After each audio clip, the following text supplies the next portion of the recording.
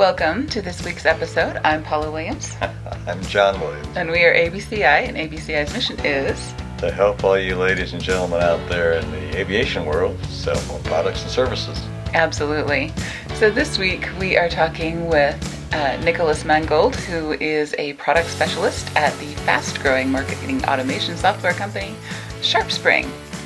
Having previously served as senior onboarding specialist for them, he has helped countless businesses across a variety of industries be successful with marketing and CRM software. He developed a wealth of first-hand knowledge of implementation strategy and tactics that are key to growing your business. Born and raised in Florida, Nicholas obtained a degree in politics and Russian studies. That's crazy. That's crazy.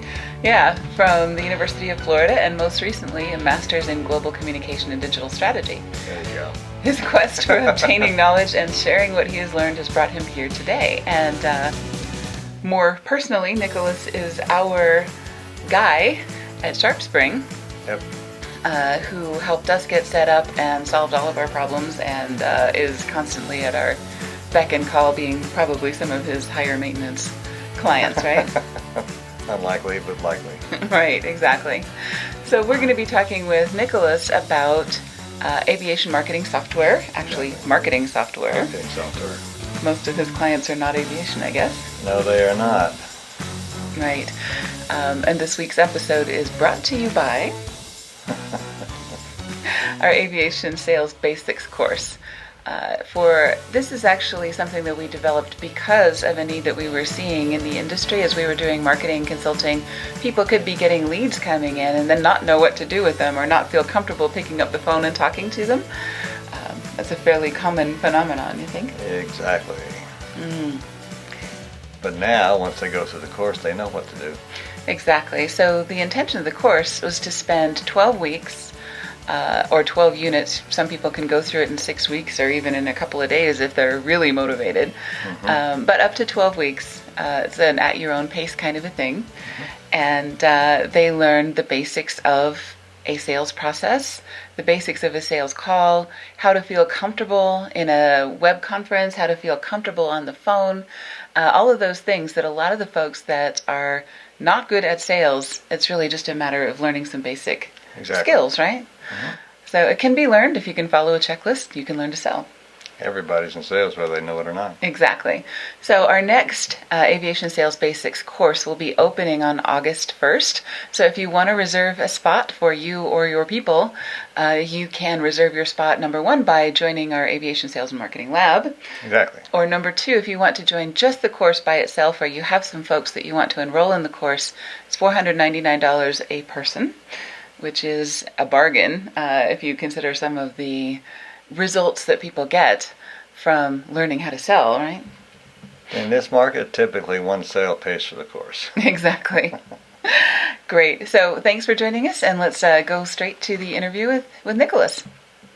I'm happy to be here with you guys, and we had so much fun together in our couple of months working with SharpSpring, and I'm happy to, be here again with you guys. And really, in the last month, I've transitioned, as you said, from being an onboarder into being a product marketer, where our team is tasked with defining how the platform should be utilized and how we should really expertly handle our software and implement it into your guys' hands. Before this, in college, I had no degree in marketing, or that was not my initial thought process. I actually did political science, and Russian studies was what I did. Getting out of college, went and was going to work for the State Department, but had some family issues at home, and decided to stick around the Gainesville community, and be close. My grandpa, the father at the time, had cancer, so he needed help getting from place to place, and so I stayed in town and managed to do that. And I picked up actually a job working for a tech company here locally, a startup. And they did event marketing, and I kind of fell in love with the idea of it and really what it was. Both I got to be part of some of the tech because they had their own little event technology they had created, and did onboarding for them for a while, for about a year. And they actually partnered with SharpSpring. We were one of their first clients years ago before I even started. And we had a good relationship. And one of the uh, current SharpSpring employees at that time was talking with me at an event and brought me on to here. And I love knowing that I was actually going in to get my master's in marketing as well, which is something that was started by working at that company. And now I'm 2 years in my master's and just now completing it up in global communications and digital strategy. And doing that while in onboarding was awesome. I got to not only learn with my clients, but also learn at school and bring that to the table every day, and really kind of grow that knowledge base and to get a full encompassing picture there. Wow. So you went from BA in Russian studies or BS in Russian studies to global Uh, marketing. yes. That's insane. It was a quick transition, and in actuality, I find a lot of the concepts that I learned in that degree and in things there, as we all find in the long run, is kind of can apply to a lot of things. And so it really helped me fine tune my ideas of how to bring people together, which is both the concept of political science and Russian studies and things like global studies is kind of what I was doing there, and taking it now a step further into global marketing, and kind of doing specific messaging within that. Fantastic.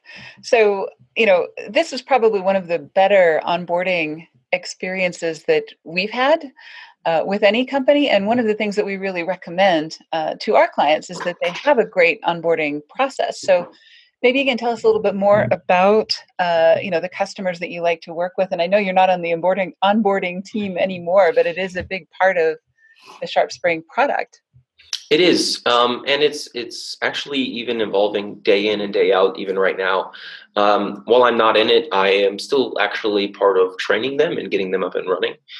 Being product marketing, I'm considered a product expert here, and so I get to help them and teach them how ways to discuss things, how things should be presented, and how best to look at the platform holistically, which was something I learned with a lot of my clients and through trial and error, honestly. You learn how to describe things, or learning how to describe things can take a lot of time to truly develop and make sure that what you understand and what someone else understands is, both compatible there. And that was something I learned with clients and found that to actually be something that was important. Clients who really are ready to learn something new and know that they're always going to be learning something new here with a new platform. You may have experienced and been doing marketing automation since 1992 when it first became a thing. But even though you've been doing it, the world's always changing, and what we do inside is entirely different than other companies as well. And the way we might look at a problem can be entirely different. So really, finding those people who are hungry just to learn and grow was really helpful. It allowed both myself to really help push them and guide them because they were hungry for it and they knew that they wanted to get that next step. And two, it helps them as a company as a whole, knowing that you really can't recreate whatever you came from. You're now here with what you have, and learning to use it to the best of your ability is really the most important thing when bringing on a new software. And knowing that there's going to be a learning curve, but once you get past that, it's going to be a lot easier, and you're going to be striding, and you're going to be, as we say here, you walk, you run, and then you fly. And really, that's a big thing, and we live by that.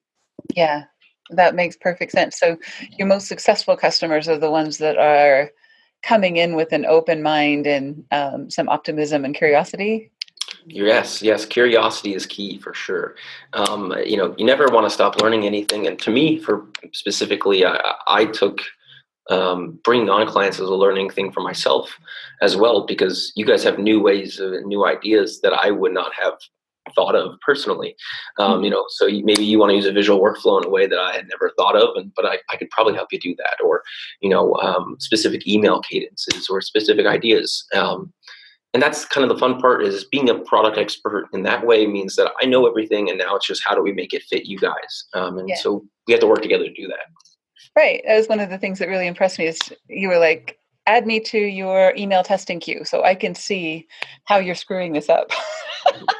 And then, you were looking at my landing pages and telling me, you might try this, do this differently and things like that.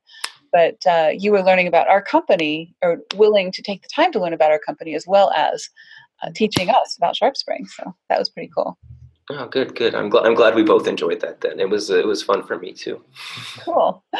All right. So can you give us some examples of companies that you have helped? Maybe they're coming from a situation with a different CRM or no CRM at all. Something that you've solved. Entirely. I have too many stories, honestly. I'm sure. But there's some good ones and ones that just stick out in my memory. Mostly because their level of satisfaction and just happiness went from something of minimalism to something extraordinary.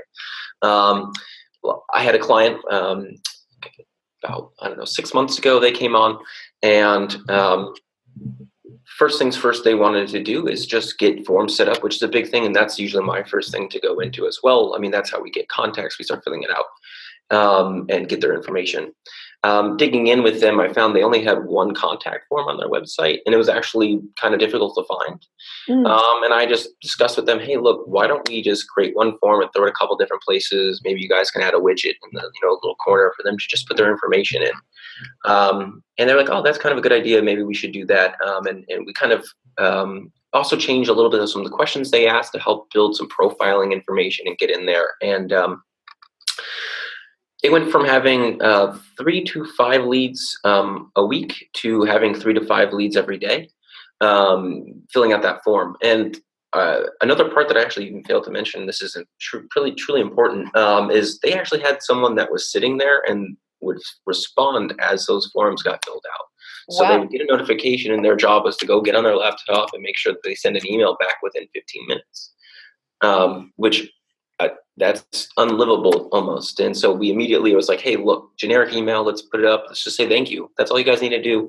Nothing too crazy. And then we can, build cool processes from that. And their success rate from that was just wonderful. And it kept growing. And we decided to create ways to push people to forums and go on from that. And their leads increased exponentially almost overnight, it felt like. Nice. That was a lot of fun. Yeah. And I've got other good one that really kind of stuck out as well. It was actually one of my first clients that I came to get to know, and they're out of Australia. I did international clients for most of it because of probably the international background I have with Russian studies and things. I think they thought I'd be really good at that. I did all right. So you get lots of people with cool accents. Yes, lots of accents, and it was really cool. And Australia, New Zealand is just I'm looking forward to going out there at some point in my life. But they are just wonderful people to work with. And this first client was just a good guy, really smart, had a good head on his shoulders. But we brought on a client of his that actually won the Australian Shark Tank, and they were a sales organization. Yeah. Cool. And super cool. Their idea is to teach salespeople how to sell without having to do traditional sales tactics that might seem unsavory, and kind of being truthful in sales and how to really make it worthwhile. And they killed it with Shark Tank, and they got a lot of press, and he brought them on to help manage their marketing. And with them, they actually now are one of our top case studies by implementing SharpSpring and some key automation and optimization tactics. They increased their ROI, I want to say by 3 times what they were doing before in a matter of months. And they went from having, they also tripled their contact base as well. And at the same time, which was huge, obviously, and is now, like I mentioned, one of our top case studies. And I actually send it out to a lot of people whenever I get asked, what's some good things, some good tips and tricks. And I'm like, here, look at these people. They, they knew how to sell, and they knew what they're doing. And still, with just by implementing some key little bit of automation, some touch points, I mean, even they grew within themselves, both from the traffic with Shark Tank and by being able to capture that traffic and really make it usable. Really, I always like to use the word weaponized their marketing. It really made them accurate in what they wanted to do. So drop the name. It's a case study, so you can probably say, right?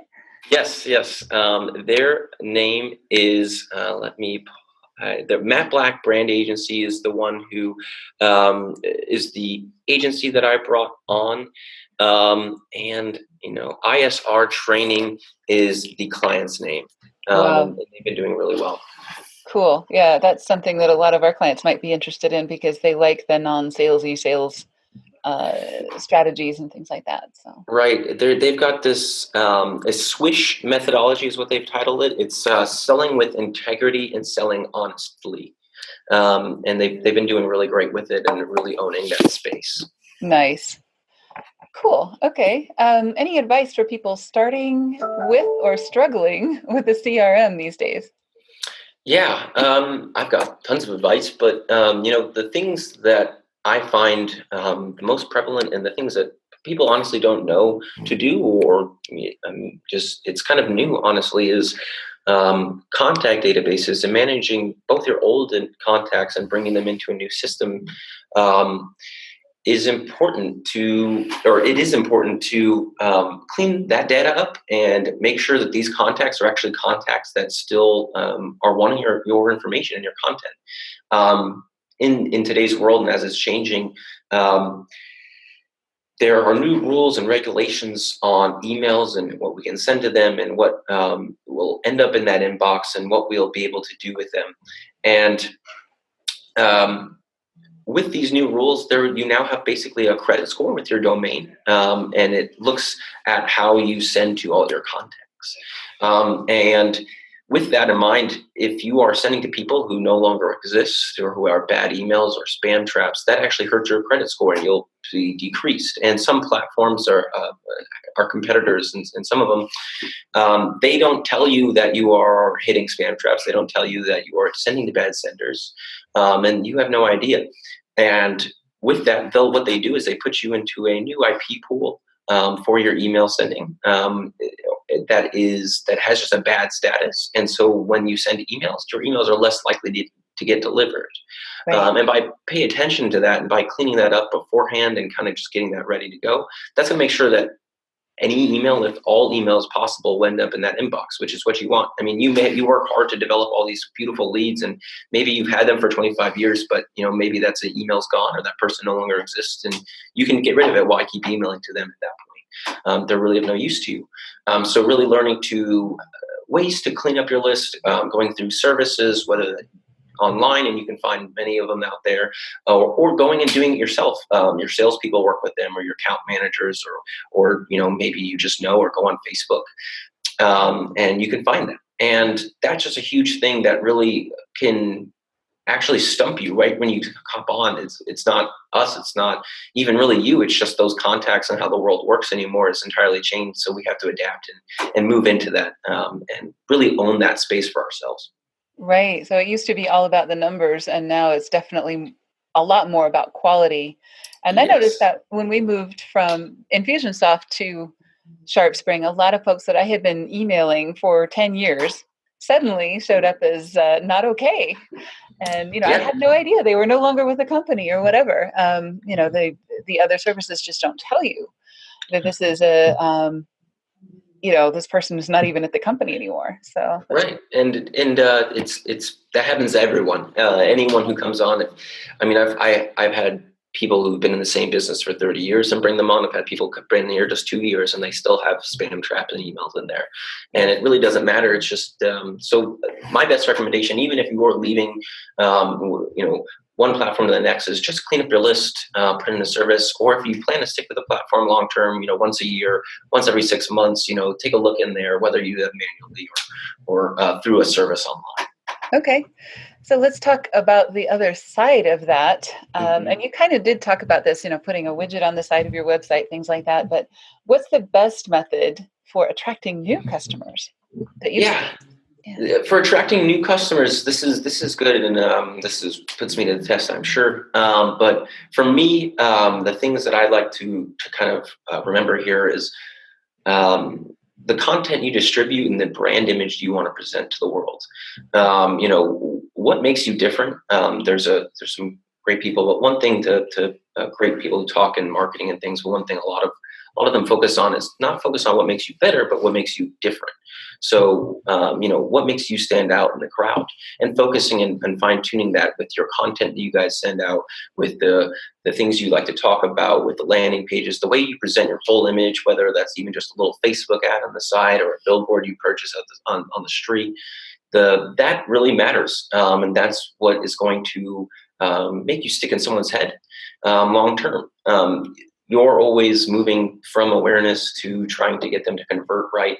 And so by continuously showing them that content and showing them why you are not necessarily better, but where you are an expert, it's going to help. And you can do that in many different ways. But the best way is really to just kind of do some small blogs and do some small things to write about what you guys know. I'm a huge fan, for example, of like things like event marketing. You have an industry you're in or something you can do, and you can put on a show, invite people to come on out and teach them a new skill. And while they're learning a new skill, they're learning about you at the same time. And you can do that with an event. You can do that with a blog. You can do that with emails you send out, the contacts you already have. You can do that on Facebook. There's lots of ways you can put that content out in the world. And it's important. No longer is the necessarily the sales cycle as long as it used to be, and the salesperson is less inclined to need to present their image on behalf of the company. Marketing has now kind of started to own that role. And with the internet, I can find out relatively all I need to know about you in a matter of a couple clicks. So you want to make sure you put that best foot forward out there and kind of put that in there. Before they have to do that phone call, before they have to get in touch with you personally, they'll at least feel a little more comfortable with that. Right. Okay. So quality content, such as a podcast or a blog or any other thing. Exactly. A good podcast. Yes. A good podcast. Right. Okay. Cool. I like that. Okay. So these are some questions that we ask everybody on our podcast. And what book or movie inspired you most as a kid? This was a good one. I was an avid reader, and I'm a huge movie buff, and so picking the most motivational one is a difficult one for me. But primarily, I think Rudy, if you're familiar with the movie, but the football player out of Notre Dame who had that success story of finally getting to play. Growing up, I was never an overly athletic person or an overly most intelligent kid in the room or anything like that, but I was definitely the most diligent in the sense that I will keep working towards something that I want to do. For example, I was born in the university that I went to, but it was actually the only university in the state that didn't A, accept me, or B, give me any money to go to school there. And then I just moved here anyways, and I decided, and I finished my AA and then went there anyways. That's what I wanted to do, and I didn't want to be deterred, so I picked up and did it. And that's kind of defined most of my life. I've like to jump over those obstacles and kind of get around them. And that I try to take into my day to day. With marketing, there are always obstacles and always things that pop up. And really in any job, there are always things that pop up. Yeah. But in anything you do. So learning to get around those obstacles and move through them in any way, in the best way possible is really something that movie itself inspired me, because Rudy, over the entire course of it, everyone's telling him no, everyone's telling him you can't. And well, he did it. And now he's taken all of those lessons, and he's a motivational speaker nowadays. So if you're also looking at something to listen to get motivated for your day, his speeches are quite good. I'm a big fan of those. Excellent. I'll have to look those up. I don't know that I've ever seen that movie. I remember seeing trailers for it, but that sounds like a good come from behind kind of underdog sort of a movie. So great. Yes, it's your homework for the night too. As well. Homework for the night. Look that up. Okay. Favorite airplane? I know you're not in aviation, but this is an aviation podcast, so you have to have a favorite airplane. That's fine. I've got a good one here, and I have to tell you guys this. I have been doing my discovery flights to actually try and get my pilot's license here in the next couple of, however long it takes me. But I just did that a couple weekends ago and got my first hands on the wheel, if you will. But growing up, congratulations! That's wonderful. Thank you. I'm super excited. And growing up, I had an interest in it. I'm actually, and this is going to sway my answer here. But I'm actually named. My great grandfather was a pilot, and I'm named after him. And he was a B-52 pilot, the Flying Fortress in World War II. And he's a someone who overcame a lot of obstacles, actually become that. He was a war hero then, got out of the war, and actually was able to become a professor of physics at a university after having not graduated college, or not graduating high school, excuse me, and also moved on to become also an expert carver. Having that name growing up, I always loved B-52 bombers, going to air shows and getting to climb on board those and take a look around. And to me, that plane itself almost revolutionized the aviation industry as a whole. That's my favorite, and I have bias, I guess. Wow, no, that you're in good company as a B-52 fan, and that's really timely, since this is an anniversary of some of those. Actually, well, I guess we're pretty close to Memorial Day. Will be airing later, but yes, yeah, that's fantastic. And congratulations! I have to tell you, you're going to be ruined for a day job by the time you finish your flight training. That's kind of what did it in for me. I was working in the finance industry, and then started in my 30s. My flight training, and I actually asked for time off. My husband and I took delivery of a 172 from the factory and wanted to go pick it up. We had a choice of 2 delivery dates. I told my employer, he could pick which delivery date he wanted. He picked the later one, and then told me I couldn't go. So it's just like, okay, we're starting our own company. That was the beginning of the end for me. Was flight training. So that's cool. Oh, that's Be good. warned, Yeah. your life will never be the same. That's what everyone's been telling me, and I got in the seat, and the guy looked over at me, and he actually was a professor for a long time, and that he actually moved out of that to do flight school and become a pilot. And he looked at me, he goes, I'm an addict, and you look like an addict too, so here we go, we're about to become addicts together. And I was like, yep, sounds good, I'm excited. And, I've been in love with it since. I've been so happy, and it's just such a thrill and an empowering movement in itself. Right. Well, it's a good but expensive addiction. So, congratulations, and welcome to the addict department. Cool. All right. So, how can people get more information about SharpSpring and or about get in touch with you? Yeah, obviously you can go to sharpspring.com and come with us. You can find me and shoot me an email if you have any questions, and I can hook you up with the right people. It's Nicholas, Nicholas .Mangold, Mangold at SharpSpring. And I'm sure we'll put that in the meeting notes as well. But also, I think the best way to get in touch with us is to go directly through you guys and really downloading that marketing automation playbook that we put together. Learning, like I said, right? Content's key. So learn about marketing automation, and then decide, if you guys are ready to bring that to your businesses as well. Absolutely. And we're doing a lead generation system where we add some content to your SharpSpring. We write some content for you in the process of doing that. So it's a collaborative process between SharpSpring and ABCI. So. Exactly. It's been great. Thanks. All right.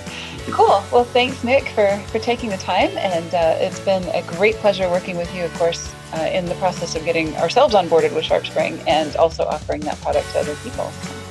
Oh, it's been great to be with you guys, and you guys are already killing it. It's a pleasure being here, and I've had a great time talking with you all.